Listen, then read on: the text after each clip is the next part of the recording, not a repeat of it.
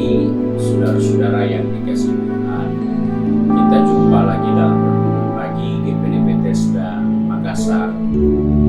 Pagi ini saya akan baca dari buku Kolose pasal 4 ayat yang kelima yang berkata sebagai berikut. Hiduplah dengan penuh hikmat terhadap orang-orang luar. Pergunakanlah waktu yang ada. Saudara yang dikasihi Tuhan, kita menjumpai satu nasihat dari Rasul Paulus untuk hidup sebagai orang percaya. Maka kita perlu memperhatikan ada hal-hal yang penting yang kita akan jalani dalam kehidupan ini. Karena sebagai orang percaya, ada banyak hal yang seringkali kita tidak perhatikan karena kita hanya konsentrasi dengan kehidupan yang dalam lingkungan yang sempit, keluarga, dan mungkin dalam gereja atau berjemaat. Namun di sini kita melihat Rasul Paulus katakan, sebagai orang percaya, sebagai anak-anak Tuhan, dalam menjalani kehidupan sebagai orang-orang percaya yang sudah dirubah, sudah mengalami kelahiran baru, maka kita diingatkan untuk membawa kehidupan kita bukan hanya kelihatan baru di dalam berjemaat, dalam gereja atau dalam keluarga, tetapi kita mempunyai gaya hidup yang berbeda dengan orang-orang yang di luar Tuhan. Karena itu dikatakan hiduplah dengan penuh hikmat. Maksudnya jalanilah hidup ini setiap hari dengan bijaksana terhadap sesama kita dan juga kepada orang-orang yang tidak seiman dengan kita sekalipun. Hal ini penting karena ini memberi dampak terhadap diri kita dan keyakinan kita sendiri. Di saat kita membawa hidup kita sesuai dengan aturan firman, hidup bijaksana terhadap orang yang di luar sana, maka pertama, kita punya keyakinan tidak akan pernah dihujat. Keimanan kita akan selalu mendapatkan perhatian yang positif. Namun jika kita tidak berhidup bijaksana dengan mereka, maka kita akan mengalami kesulitan.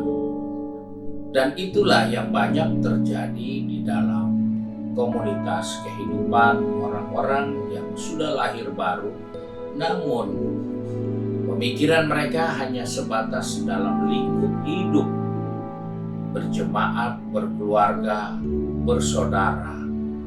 Namun setelah keluar hidup bersama dengan orang-orang yang di luar Tuhan, seringkali kita mendapatkan banyak hambatan. Kita mendapatkan banyak tantangan, rintangan, sehingga kita merasa tidak aman, kita merasa tidak diperlakukan dengan adil, kita merasa hak kita diambil, dan lain sebagainya. Itu hanya dampak, itu hanya hasil dari cara hidup yang tidak bijaksana terhadap orang-orang yang di luar Tuhan.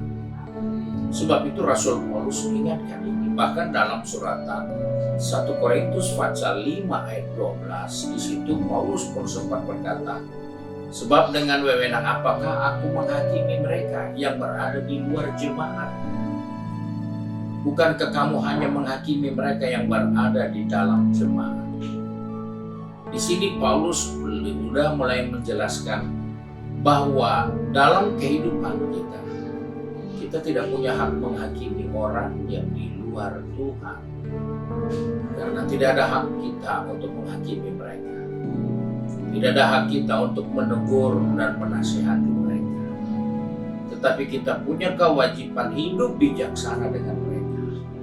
Kita tidak perlu tegur, tapi kalau kita bijaksana, kita hidup dengan baik dan benar, maka orang yang di luar sana akan memperlakukan kita sama seperti apa yang kita perlakukan. Oleh sebab itu, sebagai orang percaya, jangan kita lupa diri. Kita bangga karena kita sudah jadi anak Tuhan. Kita bangga karena kita sudah diselamatkan. Namun kita tidak menjaga hidup yang bijaksana dengan orang-orang yang di luar Tuhan, maka kita akan mengalami banyak kesukaran, banyak kesulitan yang dimulai dari diri kita sendiri. Karena sikap kita tidak bijaksana dengan orang-orang yang di luar Tuhan. Kita harus tahu bahwa di luar sana itu banyak orang mengatakan hidup beragama, tetapi ajaran agama tidak dilaksanakan.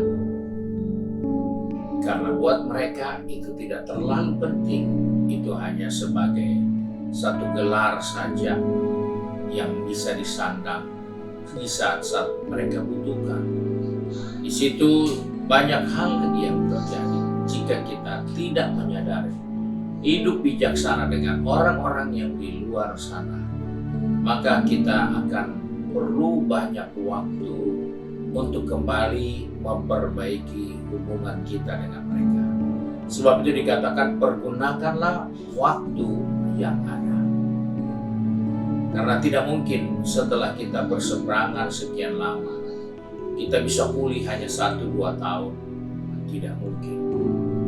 Mungkin tunggu satu generasi tidak ada lagi, baru suasananya jadi baik. Itulah proses yang kita harus jalani. Sebab itu mari kita belajar hidup penuh hikmat terhadap orang yang di luar, dan pergunakan waktu. Jangan abaikan kesempatan yang Tuhan berikan supaya melalui kehidupan kita nama Tuhan dipermuliakan, dan ada jiwa-jiwa yang akan mencari Tuhan melalui kehidupan kita. Tuhan memberkati kita. Mari kita satu dalam doa.